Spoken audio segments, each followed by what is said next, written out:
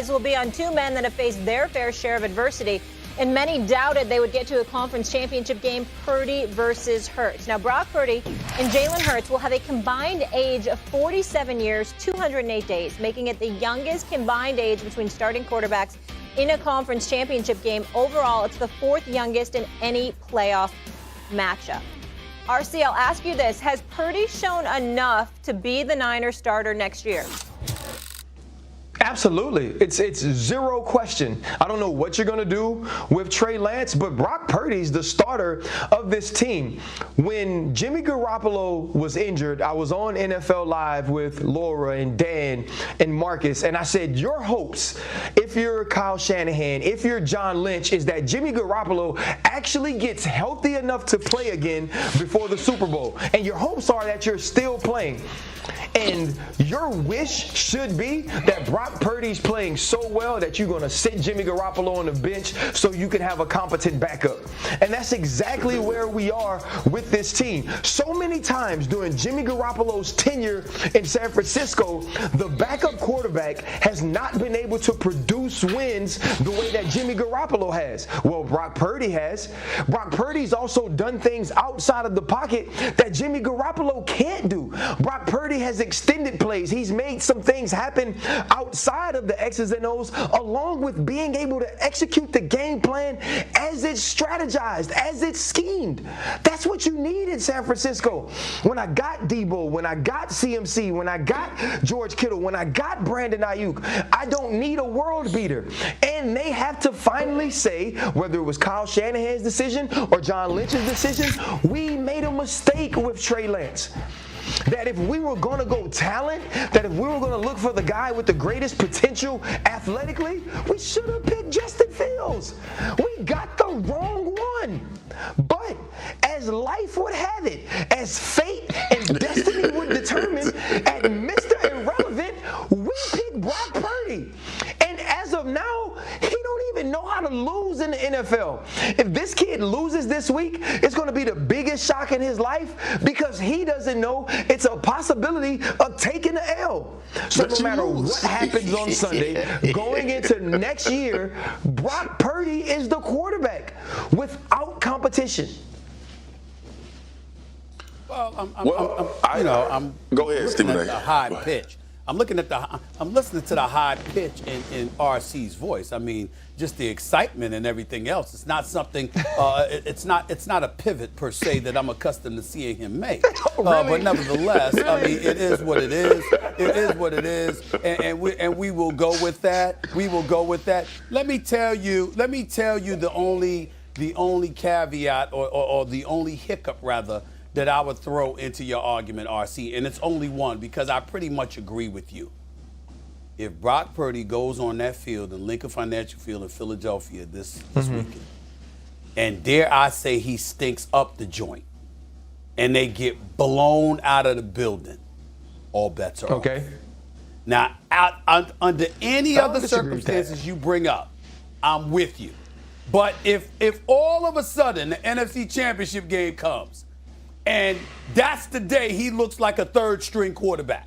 That's the day we see why Jimmy Garoppolo and Trey Lance were ahead of him on the depth chart.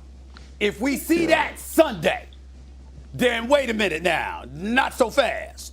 Now, if he goes out there and balls the way that he's been balling, he's productive, he plays mistake-free football, he's not a reason that they're losing. You know, we're able to point to something else, and we're looking at Brock Purdy as a starter and saying he did his job, no doubt about it.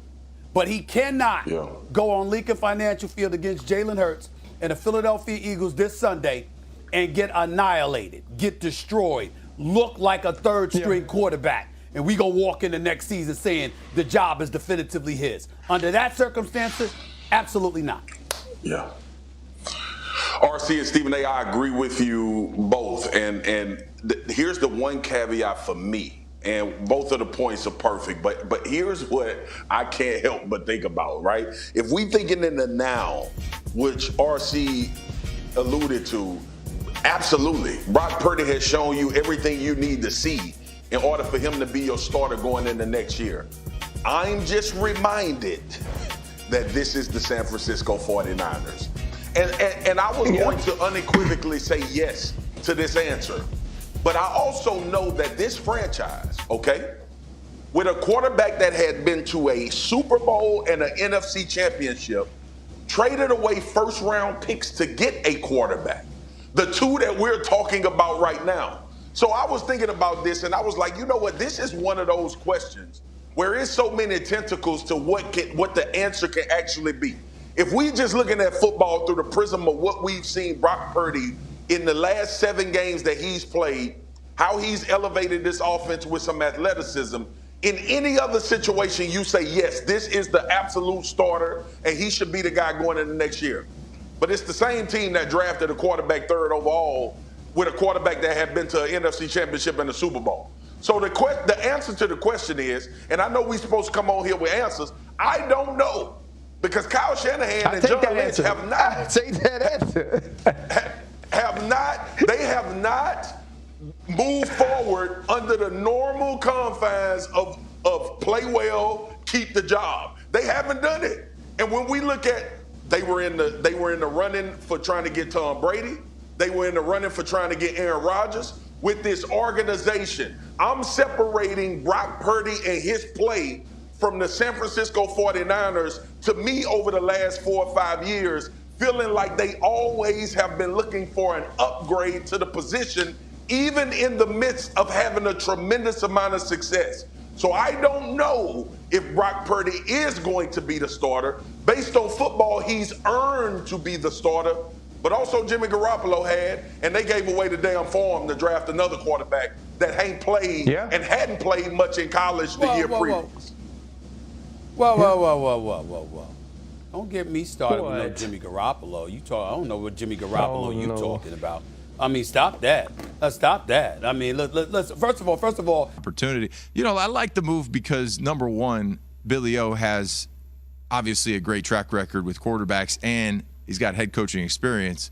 So, you know, he's not going to – he's a hothead. Billy O is a hothead. Like, he's nuts. So, there's not going to be any back talk. You know, Mac isn't going to wave a play off to him. Like, he'd probably run out there and snatch him up and say, run the play I just called.